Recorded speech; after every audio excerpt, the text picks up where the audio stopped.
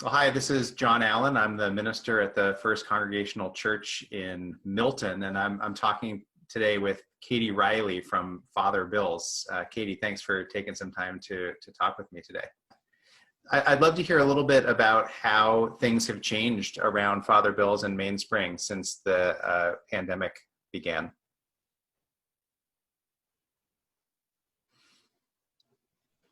Absolutely. So, before the pandemic had really hit here, we were operating two of our individual emergency shelters for adults, and that is at Father Bill's Place in Quincy and Mainspring House in Brockton. Between the two shelters, in some fairly small spaces, we were sheltering about 260 individuals each night. And so men, women, veterans, there's a pretty significant elderly population as well. And we had, for as long as we've basically been in operation, we've been operating at overcapacity for what we actually have shelter beds for. So at each location, we've been sheltering about double what the space really can comfortably accommodate for. And so we were providing all of those individuals with a bed, 3 meals a day, showers, and it was an operation that was already stretched pretty thin. Mm-hmm. So when the pandemic hit, the biggest concern for us was the fact that we had so many people in such a confined space. And we were really speaking with our peers in Washington and New York and places that were several weeks ahead of us to really understand what they were doing, what they were experiencing, so that we could then assess what we needed to do and really act quickly. And so the biggest recommendation that came out of that was to really depopulate our shelters and make sure that social distancing could happen. So we, within a week's time, had taken both of our shelters up in Quincy. We partnered with the South Shore YMCA to use their field house, which has been closed, and moved about 50 of our really high-risk shelter guests over to that area. And in Brockton, we erected tents at the park next door, which I don't know if you remember, but we had some pretty challenging weather to deal with as well. So that really slowed things down in Brockton, but that was our first step, was to depopulate the shelters, make sure that there's that space for the guests to social distance. And then on the operational side, what we did was we had to make the decision to cancel our in-person volunteer activities. And what that meant most significantly is that our volunteers who usually come in and serve meals to our guests, they prepare and serve the meals, those activities had to cease. And so we really had to figure out now, okay, how are we providing 3 meals a day to people when the way that we had really been relying on that was something we couldn't count on. So we reached out to our network of volunteers and had, let them know that for lunchtime, we're moving into more of a bagged lunch for our guests, so that we don't have to worry about the kitchen operations being too stretched thin. And then we also, at each of our sites, we're allowing or asking our volunteers to come in and provide already prepared meals. So what we've seen, first of all, was just really a response we weren't expecting. We knew that people were, in their own personal situations, might be going through some challenging times, so might not necessarily be able to buy the food that they need, even for themselves, let alone to provide for our shelter guests. But people really came together. The bag lunch program has just kind of kept us afloat and helped us make sure that we're providing lunches to everybody. And then what we've been seeing for dinners, which has been great, is a lot of our donors are and volunteers are going to restaurants and buying meals to provide for dinner, which is great, knowing that the restaurants have been really hard hit by this. So they're getting some support while we're also able to provide meals. And we also, we rely on food banks typically to provide food as well. And we know that that's another area where they're really, taxed with trying to get a lot of meals out to various families and whatnot. And so it's really kind of that has even elevated our need for that community support to make sure that we're providing meals. So that's kind of where we're at. It is something that we do anticipate will, even as things are starting to open, we're probably still going to be in the situation where we cannot bring everybody back into the crowded shelters anymore. That's just not a feasible scenario. So we're really looking at this as kind of a long-term operation right now. And how have you noticed that the pandemic is particularly affecting people who are experiencing homelessness? Yeah, so on top of the fact that, their living situations clearly are very different from most of us. A lot of us can go into our own homes and quarantine and be in fairly comfortable situations. They don't have that sort of space to have,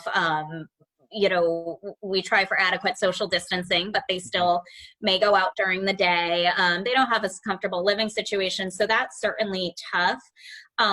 Overall, the homeless population tends to be immunocompromised, given the conditions that they've lived in, some for many, many years.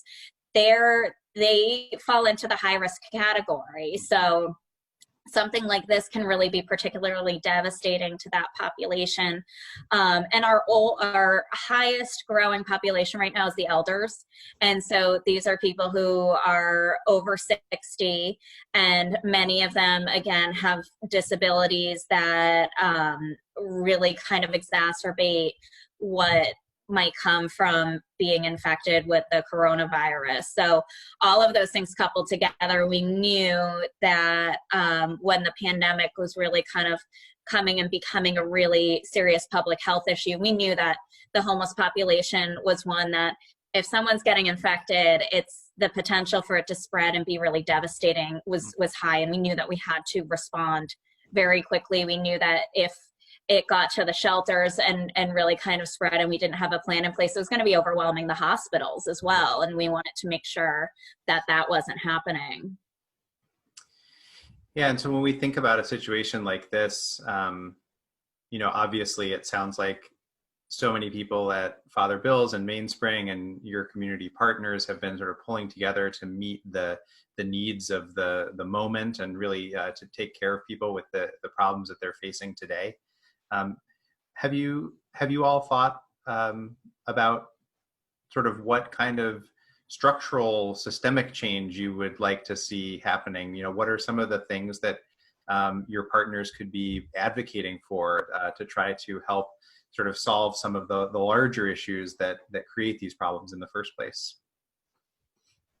Yeah, so, there's two really significant pieces that come to mind with that. The first is the fact that the idea of an overcrowded shelter that everybody is used to is not, that is in and of itself a very significant public health issue. And so that's something that we know we can never go back to that. And we would love any sort of support in advocating for depopulated shelter sites and places that are really much more safe, not only for the guests, but for the general community to make sure that that's made available. And, like I said, we can never go back into bringing everybody into that really crowded shelter space. So that's certainly one thing. The other thing that has really been it has always been challenging and has really been challenging during this time is the shelter is the last resort for everybody. If you're discharged from a hospital and you have nowhere to go, you're going to the shelter. If you're, released from a correctional system and you have nowhere to go, you're going to the shelter. And in a lot of cases, the shelter's not a place for, it's not a place for somebody who's released from a detox center to go. It's not a place for somebody who might be recovering from surgery or suffering with mental health issues. The shelter's not a place for them to go. And so that's what's tough as well, is really kind of seeing that we're the safety net for every other system of care, that and we understand that they have their own challenges that they're faced with, but knowing that just for a lot of people, it's just not the safest place for them. It's not a place for a lot of people to get better, and we really try to, as much as possible, move those people into housing or find alternatives for them. But for a lot of people, when every other resource is exhausted, the shelter is the place to go. And so really just having different systems of care working together in a much more coordinated way to make sure that people are receiving the care and the treatment effectively. Yeah, well, just as we wrap up here, is there anything else that you'd like to share with the members of First Congregational Church, or anyone else who sees this video? Sure. Yeah. I mean, first and foremost, just to thank everybody, knowing that, again, we really had to shift on a dime how we were operating a lot of our pretty significant operations, like our kitchens and our meal service, and to know that First Congregational of Milton just really kind of stepped in and didn't bat an eye and figured out a way to make it work. It's been incredible to see that and to see that response. And again, knowing that people are in their own personal situations that might be more challenging and difficult at this time, for folks to really still keep in mind those who just have no resources at all, and to make sure that those people are still cared for, they're still feeling connected to the community in that way. It's been inspiring. It's really helped us to make sure that we can continue providing that high level, high quality service, and that we can just keep our doors open for as long as people need us. Well, thank you, Catie, for everything you're doing, and thank you for taking some time to talk with me today. Thank you. No, I really appreciate it.